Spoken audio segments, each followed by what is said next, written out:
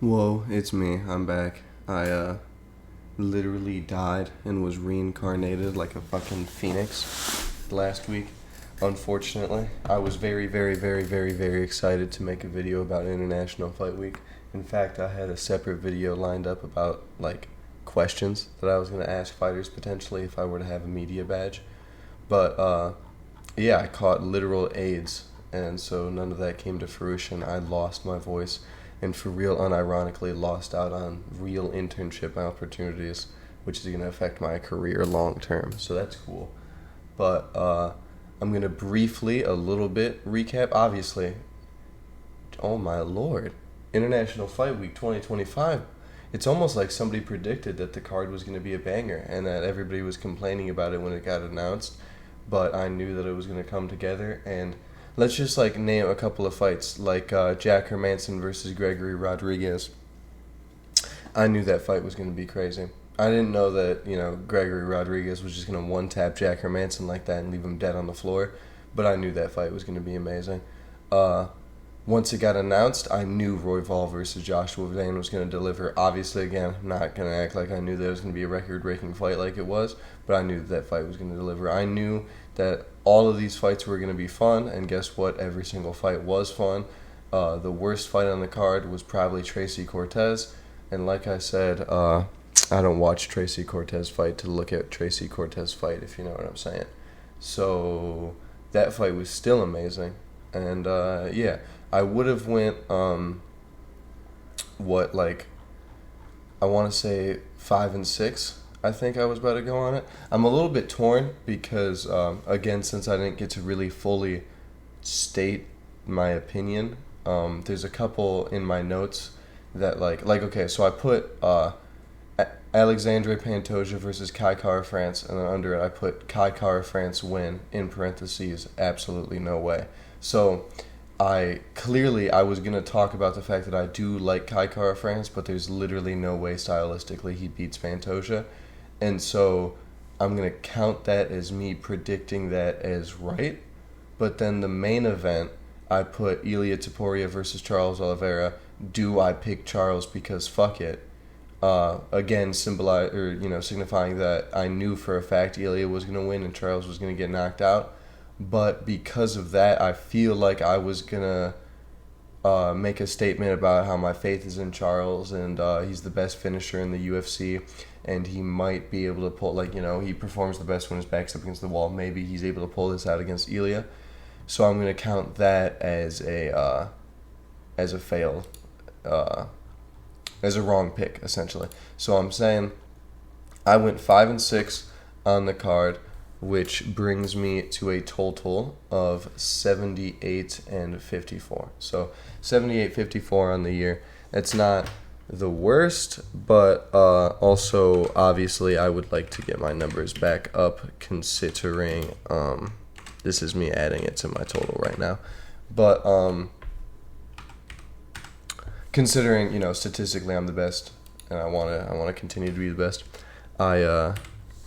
I need to start taking my picks a little bit more seriously and go for less. I shouldn't have picked Charles. I should have picked Ilia. I knew Ilia was going to win. Charles has very low chance of winning, but it's whatever. I like the idea of being wrong almost on purpose because I like a guy. You know what I mean?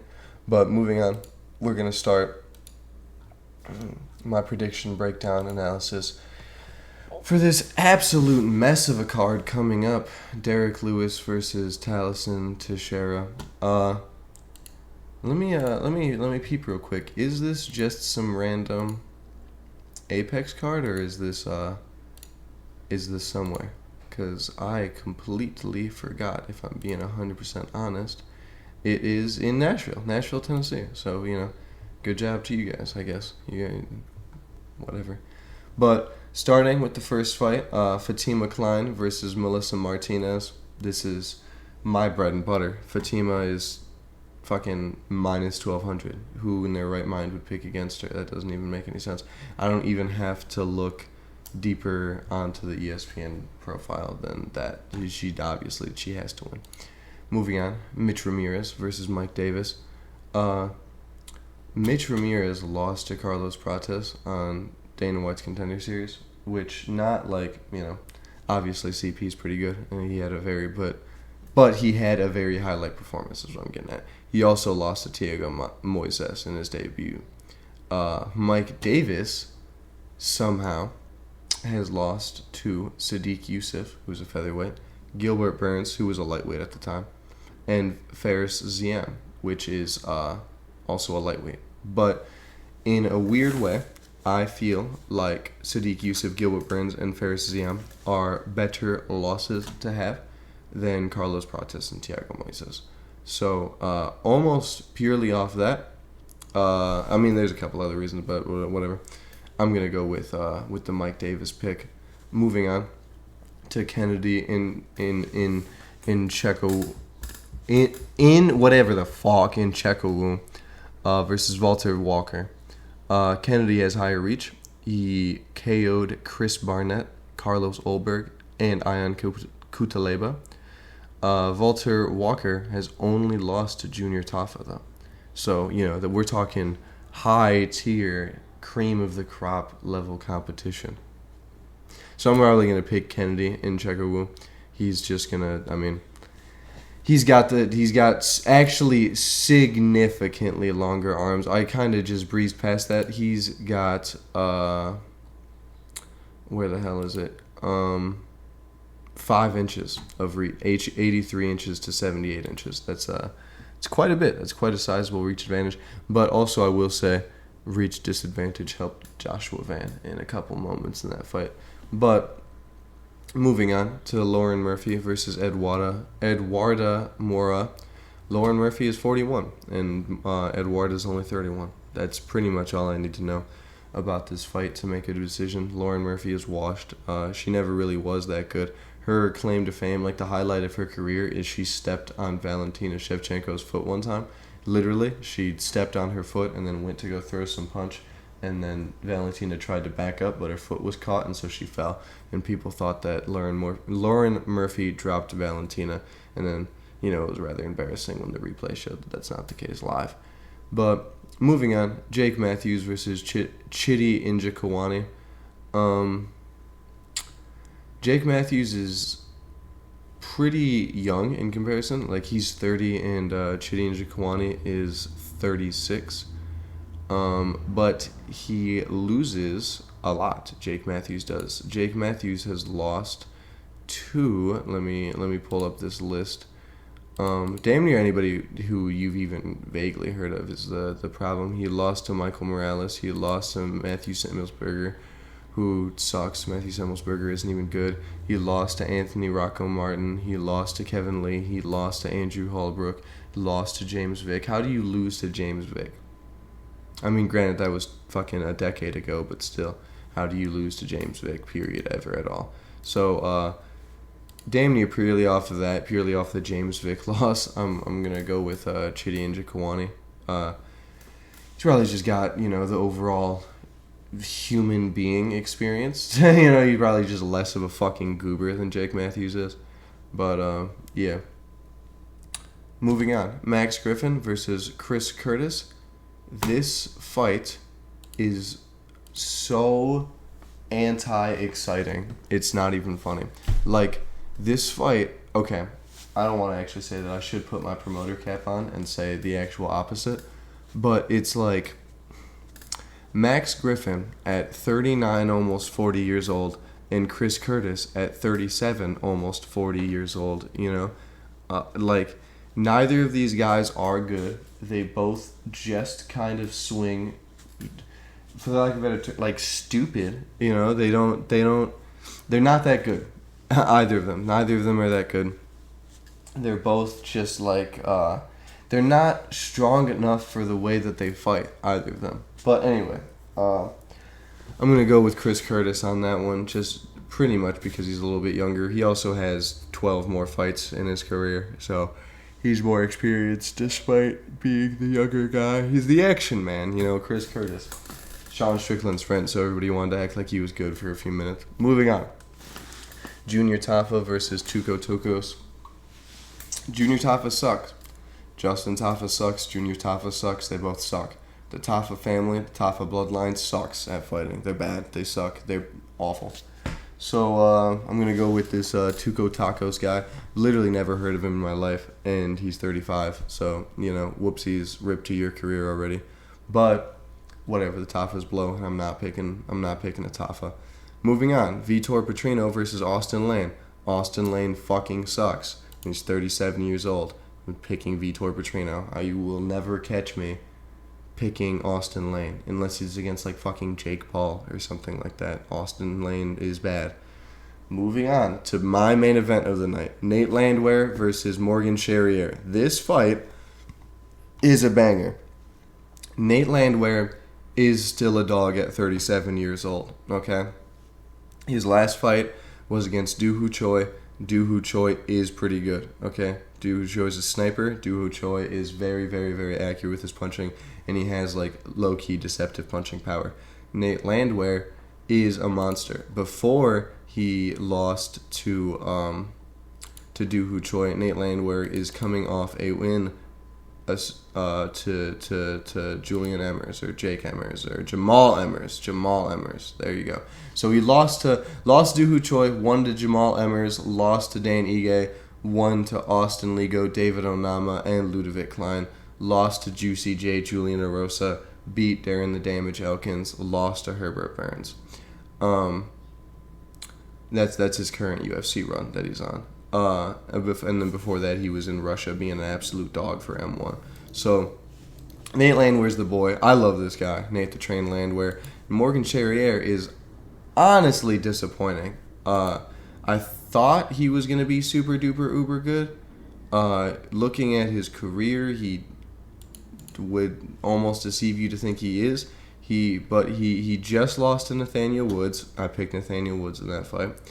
Lost to Cheat Mariscal, lost to Paul Hughes, lost to Jordan Vucenic, lost to Soren Bach, lost to fucking Ivan Duchak, lost to fucking, you know what I mean? He went on a 4-fight losing streak in the beginning of his career. Like, he won 2, lost 4.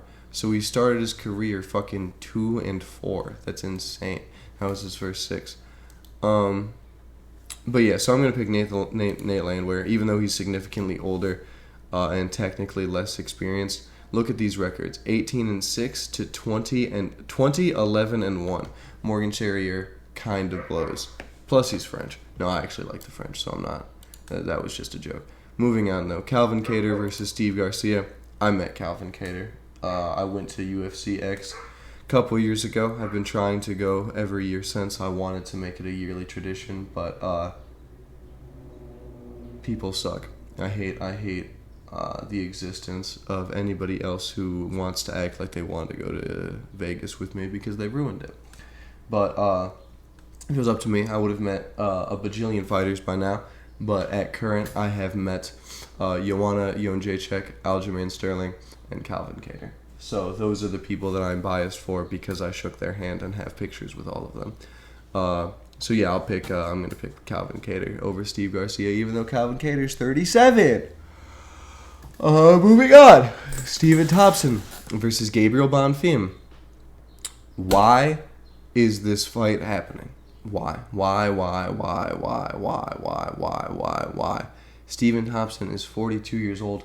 Why didn't you just quietly retire, my boy? This is insane. Gabriel Bonfim isn't good, but now he's going to have a win against Stephen Thompson on his record. I genuinely believed a few years ago, I'm talking like 2020, 2021, that Stephen Thompson, if he would have fought Kamaru Usman, he would have won. Now that's retarded, like that line of thinking, because at that time, he fought Gilbert Burns and Bilal Muhammad and got wrestle humped by both of them. And so if they were able to wrestle fuck him and just completely control him on the canvas, Kamaru definitely would have been able to do the same thing. But he's good. Stephen Thompson, like, realistically, so he had his loss to Matt Brown, and it was a good fight, really, really good fight. Now, obviously, that's 2012, but he has his 2 fights with Tyron Woodley. He won the first fight. And then, well, I don't know. Actually, I haven't even seen that. But he won. He should have beaten Tyron Woodley. And then he wins against Jorge Masvidal. Wins against Darren Till. Gets robbed because they're fighting in fucking England. Is beating Anthony Pettis. Gets fucking flash KO'd by a jumping Superman punch. Beats Vicente Luque. Makes him look like a child. Beats Jeff Neal. Makes him look like a little boy. Gets wrestle humped by Gilbert Burns and Bilal Muhammad back to back. So, like, he was, I don't know. All I'm trying to say, Stephen Thompson kind of gets shit on now. I don't know why. He was really, really, really, really good. And I think he definitely championship level. One of the best strikers we've ever seen in the UFC. His ability to, like, create space and fight backwards and make you do... He way better than Lyoto Machida. Lyoto Machida still gets glazed by a whole pocket of MMA fans. And Stephen Thompson is Lyoto Machida, but fucking good. That's the difference there. Is he's Lyoto, but good. He's actually just, I don't know. His karate was on a whole different level. Better than whatever karate stance Conor McGregor. Better than Conor McGregor. Better than Michael Page is right now. I don't know. There's very few people that I've seen that I believe are better at striking than Stephen Thompson, and that's genuinely true. Moving on though, Derrick Lewis versus Taliesin Teixeira. Bro's 40. What are we doing, Derrick? Like, Derrick Lewis has never really been the most technical reflex guy, I guess. But at 40 years old, you can't spend a half hour at the gym looking at memes on your phone. You're gonna get just demolished. You know what I mean? It's not gonna go well. So I don't know.